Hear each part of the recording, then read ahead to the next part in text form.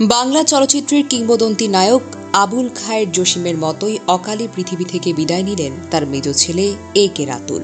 2025 সালের 27 জুলাই রবিবার বিকেল 3:30টার দিকে উত্তরার একটি জিমে শরীরচর্চার সময় হঠাৎ হৃদরোগে আক্রান্ত হয়ে তিনি মৃত্যুবরণ করেন। তাকে প্রথমে উত্তরা ক্রিসেন্ট হাসপাতাল এবং পরে লুবানা জেনারেল হাসপাতালে স্থানান্তর করা হয়, কিন্তু চিকিৎসকদের সকল প্রচেষ্টা ব্যর্থ হয় এবং ঘণ্টাখানেক পর তাকে মৃত বলে ঘোষণা করা হয়। মৃত্যুকালে তার বয়স ছিল প্রায় 42 বছর। এ.কে রাতুলের মৃত্যু যেন পুনরাবৃত্তি করল তার বাবার গল্প। চিত্রনায়ক জসিম মারা যান মাত্র 48 বছর বয়সে। ছেলে রাতুল চলে গেলেন তারও 6 বছর আগে, মাত্র 42 বছর বয়সে। জসিমের 3 জন ছেলে, A K Rahul, A K Ratul, A K Sami. তাদের বাবার পথ ধরে চলচ্চিত্রে নয়, বরং বেছে নিয়েছিলেন রক সঙ্গীতকে।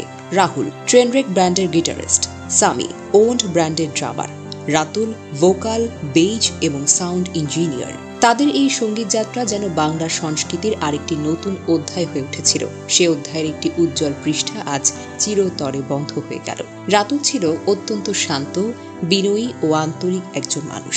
যারা তাকে একবার কাছ থেকে দেখেছেন তাকে ভোলা তাদের পক্ষে যেন অসম্ভব। সহশিল্পীদের সঙ্গে বন্ধুত্বপূর্ণ সম্পর্ক, নতুনদের প্রতি আগ্রহ এবং সঙ্গীত নিয়ে গভীর আলোচনা, এই ছিল তার জীবনযাপন।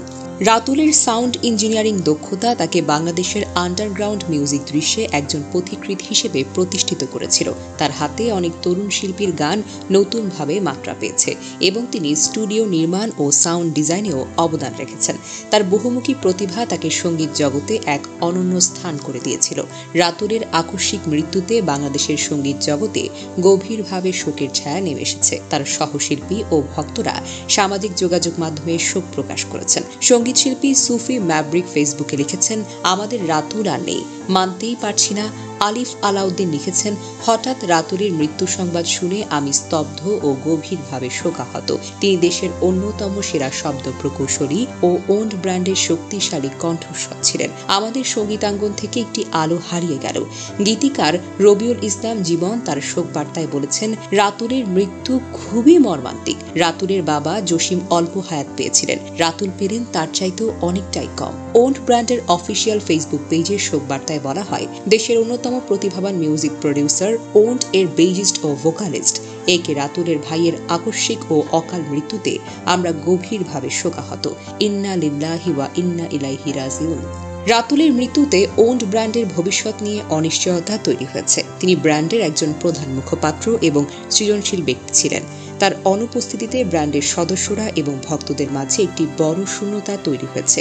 এ.কে রাতুল শুধুমাত্র একজন গায়ক বা বেজ গিটারিস্ট হিসেবেই নয়, একজন দক্ষ সাউন্ড ইঞ্জিনিয়ার এবং প্রযোজক হিসেবেও বাংলাদেশের রক সঙ্গীত জগতে গুরুত্বপূর্ণ অবদান রেখেছেন। তার নেতৃত্বে ওন্ড ব্র্যান্ড 2024 সালে তাদের প্রথম অ্যালবাম 1 এবং 2017 সালে দ্বিতীয় অ্যালবাম 2 প্রকাশ করে, যা শ্রোতাদের মাঝে ব্যাপকভাবে জনপ্রিয়তা অর্জন করে। এই অ্যালবামগুলো রাতুলের শক্তিশালী কণ্ঠ এবং বেস গিটারের দক্ষতার জন্য বিশেষভাবে প্রশংসিত হয়েছে। তিনি শুধু ওন্ড ব্র্যান্ডের জন্যই নয়, অন্যান্য ব্র্যান্ডের জন্য একাধিক হিট অ্যালবাম প্রযোজনা করেছেন। আবুল খায়ের জসিম এবং তার ছেলে এ.কে রাতুলের অকাল প্রয়াণ বাংলাদেশের চলচ্চিত্র ও সঙ্গীত জগতের এক বিশাল ক্ষতি। দুই প্রজন্মের এই প্রতিভাবান শিল্পী নিজেদের অনন্য কণ্ঠ ও অভিনয়ের মাধ্যমে কোটি মানুষের হৃদয়ে স্থান করে নিয়েছিলেন। যদিও তারা এই পৃথিবী ছেড়ে চলে গেছেন খুব অল্প বয়সে, তবে তাদের শিল্প ও স্মৃতি চিরদিন বেঁচে থাকবে আমাদের মাঝে। এই দুই মানুষ আমাদেরকে মনে করিয়ে দেন জীবনের অস্থিরতা এবং সময়ের মূল্য, পাশাপাশি আমাদের সংস্কৃতিকে এগিয়ে নিতে পরিশ্রম ও নিষ্ঠার গুরুত্ব। তাদের অবদান বাংলাদেশের সাংস্কৃতিক ঐতিহ্যের অবিচ্ছেদ্য এক অংশ হয়ে থাকবে।